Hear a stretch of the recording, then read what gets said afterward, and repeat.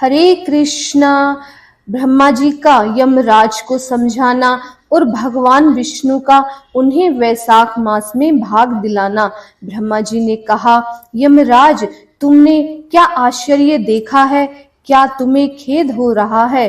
भगवान गोविंद को एक बार भी प्रणाम कर लिया जाए तो वह 100 अश्वमेघ यज्ञों के अश्वभृत स्नान के समान होता है।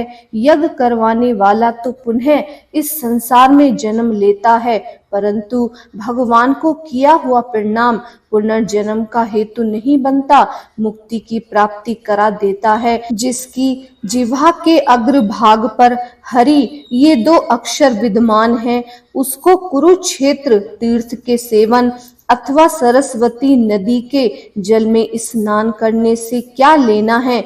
जो मृत्यु काल में भगवान विष्णु का स्मरण करता है, वह अभक्ष्य भक्षण आदि से प्राप्त हुई पाप राशि का परित्याग करके भगवान विष्णु के सायुज्य को पाता है, क्योंकि भगवान विष्णु को अपना स्मरण बहुत ही प्रिय है। यमराज, इसी प्रकार वैशाख नाम भी भगवान विष्णु को प्रिय है, जिसके धर्म को श्रवण करने मात्र से मनुष्य सब पापों से मुक्त हो जाता है।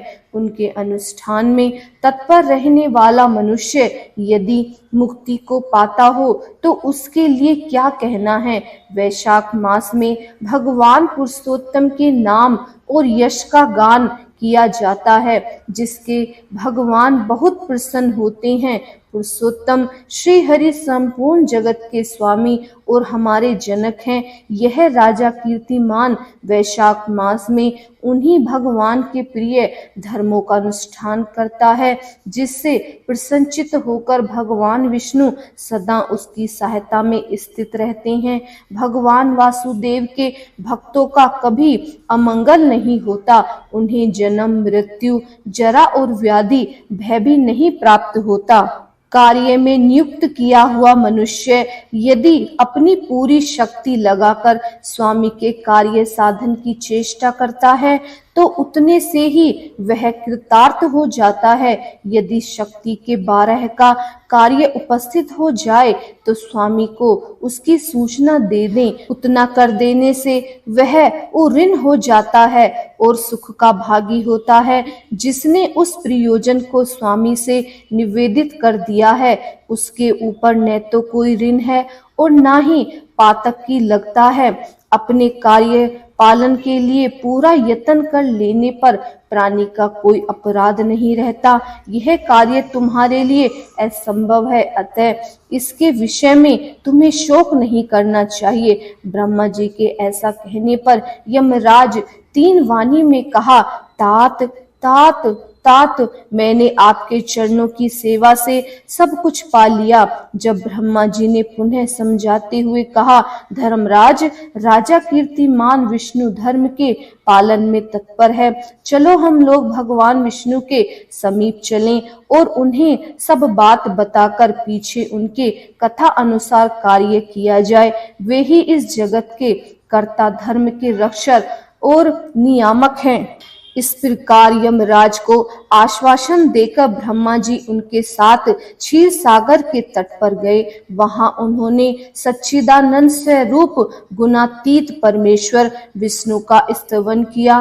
ब्रह्मा जी की स्तुति से संतुष्ट होकर भगवान विष्णु वहां प्रकट हुए। यमराज और ब्रह्मा जी ने तुरंत ही उनके चरणों में मस्तक झुकाया। तब भगवान महाविष्णु ने मेघ के समान गंभीर वाणी में उन दोनों से कहा, तुम लोग यहाँ क्यों आए हो? ब्रह्मा जी ने कहा, प्रभु, आपके श्रेष्ठ भक्त राजा कीर्तिमान के शासन काल में सब मनुष्य वैशाख मास धर्म के पालन में संलग्न हो आपके अविनाशी पदों को प्राप्त हो रहे हैं। इससे यमपुरी सूनी हो गई है। उनके ऐसा कहने पर भगवान विष्णु हंसते हुए बोले, मैं लक्ष्मी को त्याग दूंगा, अपने प्राण शरीर श्री वत्स कौस्तुभमणि, वैजयंती माला, श्वेत दीप, वैकुंठ धाम, क्षीर सागर, शेषनाग तथा गरुड़ जी को भी छोड़ दूंगा, परंतु अपने भक्तों का त्याग नहीं करूंगा, जिन्होंने मेरे लिए सब भोगों का त्याग करके अपना जीवन तक मुझे सौंप दिया है, जो मुझ में मन लगाकर मेरे स्वरूप हो गए हैं, उन महाभाग भक्तों को मैं कैसे त्याग सकता हूँ। राजा कीर्तिमान को इस पृथ्वी पर मैंने 10,000 वर्षों की आयु दी है, उनमें से 8,000 वर्ष तो बीत गए हैं, शेष आयु और बीत जाने पर उसे मेरा सायुज्य प्राप्त होगा। उसके बाद पृथ्वी पर बैन नामक दुष्ट आत्मा राज होगा, जो संपूर्ण वेदोक्त महाधर्मों का लोप कर देगा। उस समय वैशाख मास के धर्म भी छिन्न भिन्न हो जाएंगे, बैन अपने ही पाप से भस्म हो जाएगा। तत्पश्चात मैं पृथु होकर पुनः सब धर्मों का प्रचार करूंगा।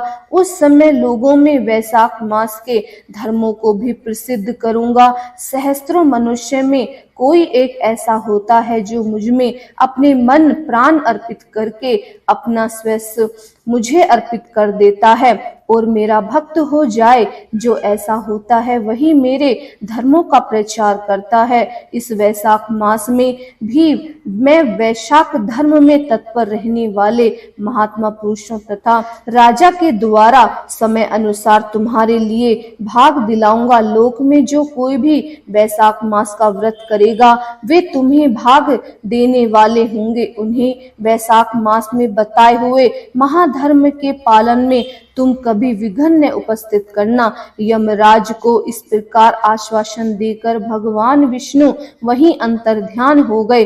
ब्रह्मा जी अपने सेवकों तथा सत्य लोकों को चले गए। उनके बाद यमराज भी अपनी पुरी को पधारे। वैशाख मास की पूर्णिमा को पहले धर्मराज के उद्देश्य से जल से भरा हुआ घड़ा दही और अन्न देना चाहिए। उसके बाद पितरों, गुरुओं और भगवान विष्णु के उद्देश्य से शीतल दही, जल, अन्न, पान और दक्षिणा फल के साथ काशी के पात्र में रखकर ब्राह्मणों को देना चाहिए। भगवान विष्णु की दिव्य प्रतिमा वैशाख मास की महत्वमय कथा सुनने वाले दीन ब्राह्मणों को देना चाहिए। उस धर्म वक्ता ब्राह्मण को अपने धन से भी पूजित करना चाहिए। राजा कीर्तिमान ने सब कुछ उसी प्रकार किया। उन्होंने पृथ्वी पर मनोवांछित भोग कर शेष आयु पूर्ण होने के पश्चात पुत्र पौत्र आदि के साथ श्री विष्णु धाम को प्रस्थान किया। मिथिलापति ने कहा, महामते, दुरात्मा राजा बेन प्रथम मनवंतर में हुआ था और ये राजा इच्छावुक कुलभूषण कीर्तिमान वेस्तव मनवंतर के व्यक्ति हैं। इस बात पहले यह मैंने आपके मुख से सुनी है, परंतु इस समय आपने और भी बात कही है कि यह राजा जब वैकुंठवासी हो जाएंगे उसके बाद राजा बैन उत्पन्न होगा। मेरी इस संशय को आप निवृत्त कीजिए। श्रुतदेव ने कहा, राजन, पुराणों में जो विषमता प्रतीत होता है वह युग भेद और कल्प भेद की व्यवस्था के अनुसार है।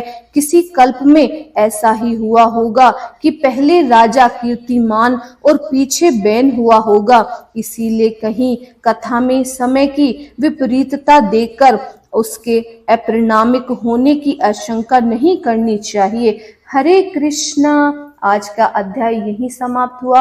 अगर आपको ये अध्याय पसंद आए तो प्लीज हमारे चैनल को सब्सक्राइब कीजिए, लाइक कीजिए और इस वीडियो को ज्यादा से ज्यादा शेयर कीजिए और आने वाली वीडियो का श्रवण जरूर कीजिएगा। हरे कृष्णा। राधे राधे।